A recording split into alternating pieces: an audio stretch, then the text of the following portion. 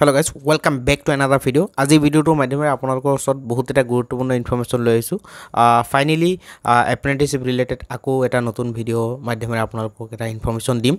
Finally fitter mechanic diesel instrument mechanic প্ৰায় বহুত কেটা ট্ৰেডৰ আসলতে এপ্ৰেন্টিসশিপৰ কাৰণে ভেকেন্সি নতুন ওলাইছে। কি কোম্পানীত ওলাইছে, কেনেকৈ এপ্লাই কৰিব লাগিব আৰু কেটা ভেকেন্সি বহুত কেটা ভেকেন্সি ওলাইছে। আপোনালোকে নিশ্চয়কৈ দেখিব পাইছে 50টা 40টা 35টা 13টা এনেকৈ ইমান ডাঙৰ এমাউন্টৰ আসলতে ভেকেন্সিজ আহিছে ইতিমধ্যে। তো কেনেকৈ এপ্লাই কৰিব লাগিব, লাষ্ট ডেট কেতিয়া, গোটেইখিনি ইনফৰমেশ্যন আপোনালোকক জনাম। তো এপ্ৰেন্টিসশিপটো মেইনলি যোনটো আমাৰ ডেকয়াৰ্ড এপ্ৰেন্টিসশিপ স্কুল নাভাল ডেকয়াৰ্ড মুম্বাই, ঠিক আছে, তাত ওলাইছে। আপোনালোকে এপ্লাই কৰিব পাৰে। তো কেনেকৈ এপ্লাই কৰিব লাগিব আপোনালোকক জনাইছোঁ। আগতে গৈছোঁ, এইটো জব নহয়, এপ্ৰেন্টিসশিপ হয়, ঠিক আছে। তো ফুল টাইম জব নহয়, এপ্ৰেন্টিসশিপ হয়। তো আপোনালোকে যদি কৰিব বিচাৰে তেনেহ'লে কৰিব পাৰে। তো ভেকেন্সি কেইটা প্ৰথমতে আগতে জনাইছোঁ আপোনালোকক। ইলেক্ট্ৰিচিয়ানৰ যোনটো পোষ্ট, সেইটো পোষ্টত কোৱালিফিকেশ্যন লাগিব ইলেক্ট্ৰিচিয়ান ট্ৰেডৰ ITI।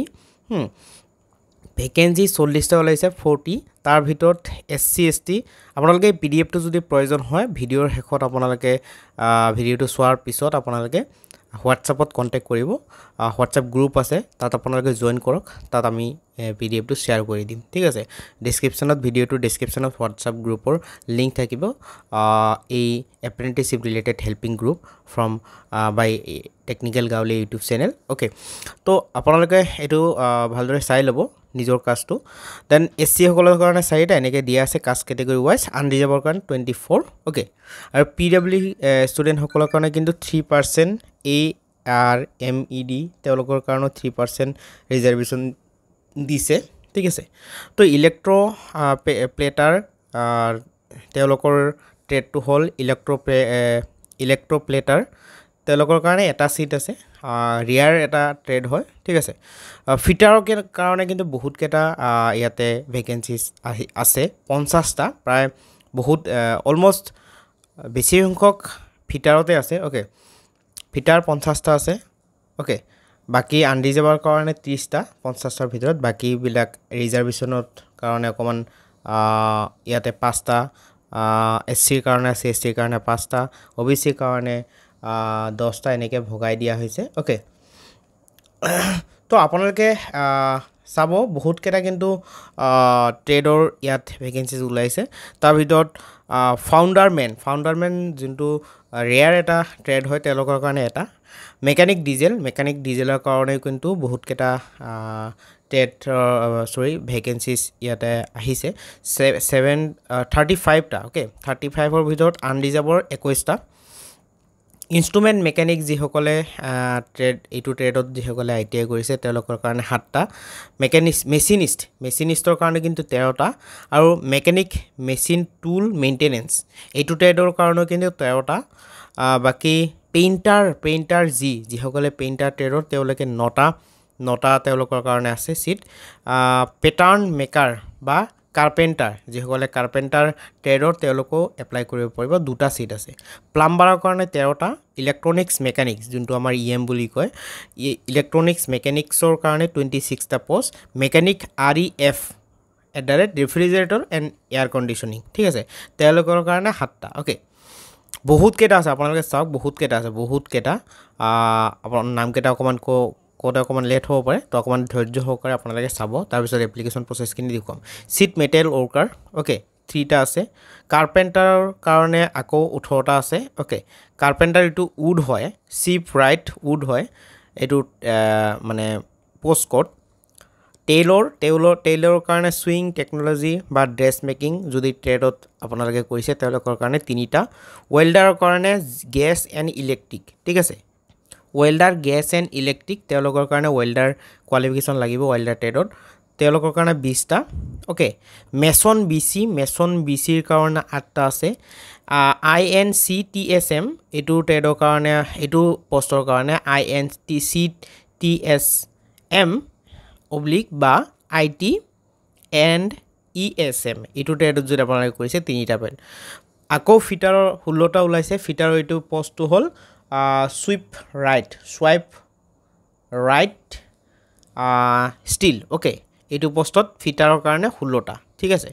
তো ৰিগাৰ 2 ইয়াৰ যিসকলে 2 ইয়াৰ ইয়াতে ভালদৰে লিখা আছে আপোনালোকে যদি অকমান লক্ষ্য কৰে এপ্ৰেন্টিসশিপ 1 ইয়াৰ আৰু 2 ইয়াৰ দুটা ক্যাটাগৰীত ওলাইছে 2 ইয়াৰৰ যদি কৰিব বিচাৰে তেনেহলে ৰিগাৰ তেনেহলে আপোনালোকৰ কোৱালিফিকেশন লাগিব ফ্ৰেছাৰ 8 স্ট্যান্ডাৰ্ড পাস ওকে তাৰপিছত 4 ৰিগাৰ লিখা আছে যে forger and heat treater okay forger and heat treater পোষ্টৰ কাৰণে ফ্ৰেছাৰ 10 স্ট্যান্ডাৰ্ড পাস থাকিব লাগিব তেওঁলোকৰ কাৰণে এটা টোটাল 300 এটা পোষ্টৰ কাৰণে ইয়াতে ভ্যাকেন্সিজ ওলাইছে ৰিজাৰ্ভেশনৰ কথাটো আপোনালোকে নিশ্চয়কৈ ইয়াত পঢ়ি ল'ব এসটি এসসি কাৰণে ৰিজাৰ্ভেশন আছে ওবিসিৰ কাৰণে আছে আমি ডাইৰেক্টলি আৰু এইটো যেটো আমাৰ এপ্ৰেন্টিসশিপ এইটো কি ক্যাটাগৰীত পৰে বেসিক্যালি আমাৰ ডিফেন্স ৰিলেটেড যেহেতু আমাৰ এই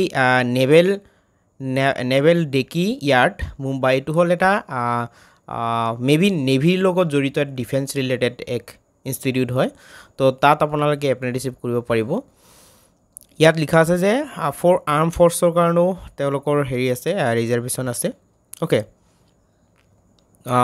দেন আপোনালোকে অকমান ওয়েট কৰিব দেখুৱাইছো কোৱালিফিকেশনটো আপোনালোকক কৈছো এবাৰ তথাপি আকৌ এবাৰ কৈ দিছো কোৱালিফিকেশন বহুতে ক'ব পাৰে যে এনসিপিটি নে এসসিপিটি দুইটা ক্ষেত্ৰতে আপোনালোকে এপ্লিকেবল হ'ব যদি আপোনালোকে এসসিপিটিৰ পৰা আইটিআই গৈছে তথাপিও পাৰিব ওকে বা এনসিপিটি কৰা পাৰিলো আপোনালোকে কৰিব পাৰিব ওকে তেন কোৱালিফিকেশন বাকি ৰিগাৰ আৰু ফৰগাৰ হিট এণ্ড ট্ৰিটাৰ কাৰণে কি লাগিব ৰিগাৰৰ কাৰণে স্ট্যান্ডাৰ্ড 8 ওকে 8 পাস হলে হ'ব আৰু ফৰগাৰ হিটৰ কাৰণে যোনটো আমাৰ হিট ট্ৰিটাৰ আছে তেওঁলোকৰ কাৰণে এসএসসি বা মানে এটো matric standard class 10 okay matric pass হলেও হৈ যাব দেন আপোনালোকে বয়সটো আপোনালোকে চাই ল'ব কিমান আছে ইয়াত ভালদৰে লিখাই আছে ডেটেড 20 ডিসেম্বৰ পৰা মিনিমাম 14 বছৰ হ'ব লাগিব okay minimum S is 14 year and for hazardous occupation it is 18 years according to the apprenticeship act okay according candidate মানে 14 বছৰ হলে 8 পাছৰ ক্ষেত্ৰত 14 বছৰ আৰু 18 বছৰ ওপৰত লাগিব মিনিমাম ফিজিক্যাল স্ট্যান্ডাৰ্ডটো থাকিবই লাগিব ওকে বাকি স্টাইপেনৰ কথা ইয়াত তেনেকৈ উল্লেখ কৰা হোৱা নাই স্ট্যান্ডাৰ্ড তেওঁলোকৰ হিচাপত দিব ওকে বাকি এপ্লিকেশন প্ৰসেস কিনা আপোনালোকক দেখুৱাইছো এপ্লিকেশন প্ৰসেসটো আপোনালোকে এপ্লাই ওয়েবসাইটত কৰিব লাগিব কি ওয়েবসাইটত কৰিব লাগিব হেটা আপোনালোক দেখুৱাম ৰাইট এণ্ড টেষ্ট হ'ব বুলি কৈছে ওকে দেন তলত ইন্টাৰভিউ যদি আপোনালোকৰ তেওঁলোকৰ কথা যদি ষ্টুডেন্ট বেছি ইন্টাৰভিউ ল'ব পাৰে এক্সামত পাস কৰাৰ পিছত ডকুমেন্টস কি লাগিব সেইটো এসএসসি মেট্ৰিক পাস কৰা বা আইটিআই সাৰ্টিফিকেট আধাৰ কাৰ্ড কাষ্ট সাৰ্টিফিকেট পিডব্লিউ যদি হয় ক্যান্ডিডেট আপোনালোকে পিডব্লিউডি সাৰ্টিফিকেটটো লাগিব তাৰ পিছত oral টেষ্টৰ কাৰণে আপোনালোকে বহিব লাগিব ফাইনাল মেৰিট লিষ্ট ওলাব তো আপোনালোকে কেনেকৈ এপ্লাই কৰিব লাগিব গুটেখিনি ইনফৰমেশন আপোনালোকক দেখুৱাইছো অকমান ওয়েট কৰক ওকে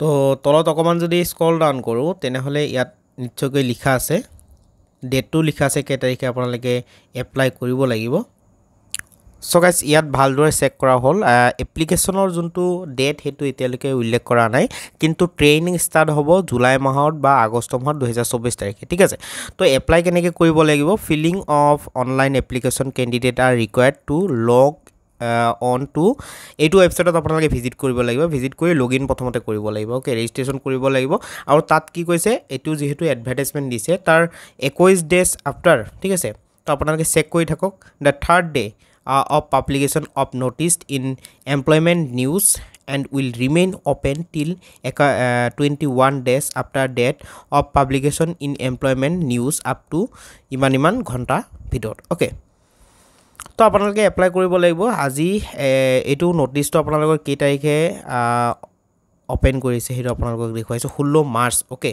16 মাৰ্চত দিয়া হৈছে এটো এপ্ৰিলৰ 27 তাৰিখ ওকে তো আপোনালোকে এতিয়া সময় আছে আপোনালোকে জাস্ট ওয়েবসাইটটোত ভিজিট কৰক যোনটো ওয়েবসাইটত আপোনালোকৰ এপ্লাই কৰিব লাগিব আপোনালোকক দেখুৱাইছো হেতু ওয়েবসাইটত আপোনালোকে ভিজিট কৰক যোনটো আমাৰ registration.ind.in ওকে এইটো ওয়েবসাইটত আপোনালোকে লগইন কৰিব লাগিব তাত আপোনালোকে লগইন কৰি আপোনালোকে এডভাৰটাইজমেন্টটো নিজেই দেখিব পাৰিব তাত লিখাই থাকিব ওকে তাত গৈ আপোনালোকে ফিল আপ কৰিব লাগিব ওকে ফিল আপ কৰাৰ পিছত শ্বৰ্ট লিষ্টেড কৰিব যদি আপোনালোকৰ পাৰ্চেণ্টেজ বা আপোনালোকৰ মাৰ্ক বেচিছত তেওঁলোকে ল'ব বিচাৰে তেনেহ'লে মেইল কৰিব যদি ভাবে তেওঁলোকে যে এক্সাম ল'ব তো আপোনালোকে এক্সামো তেওঁলোকে পাতিব ঠিক আছে তো আপোনালোকে এপ্লাই কৰিব আজি ভিডিঅ'টো ইমানখিনি ভিডিঅ' চোৱাৰ বাবে বহুত বহুত ধন্যবাদ জনাইছোঁ যদি চেনেলটো ছাবস্ক্ৰাইব কৰা নাই এতিয়া আপোনালোকে চেনেলটো ছাবস্ক্ৰাইব কৰিব এনেকুৱা ইনফৰমেশ্যন পাবলৈ okay thank you so' much bye by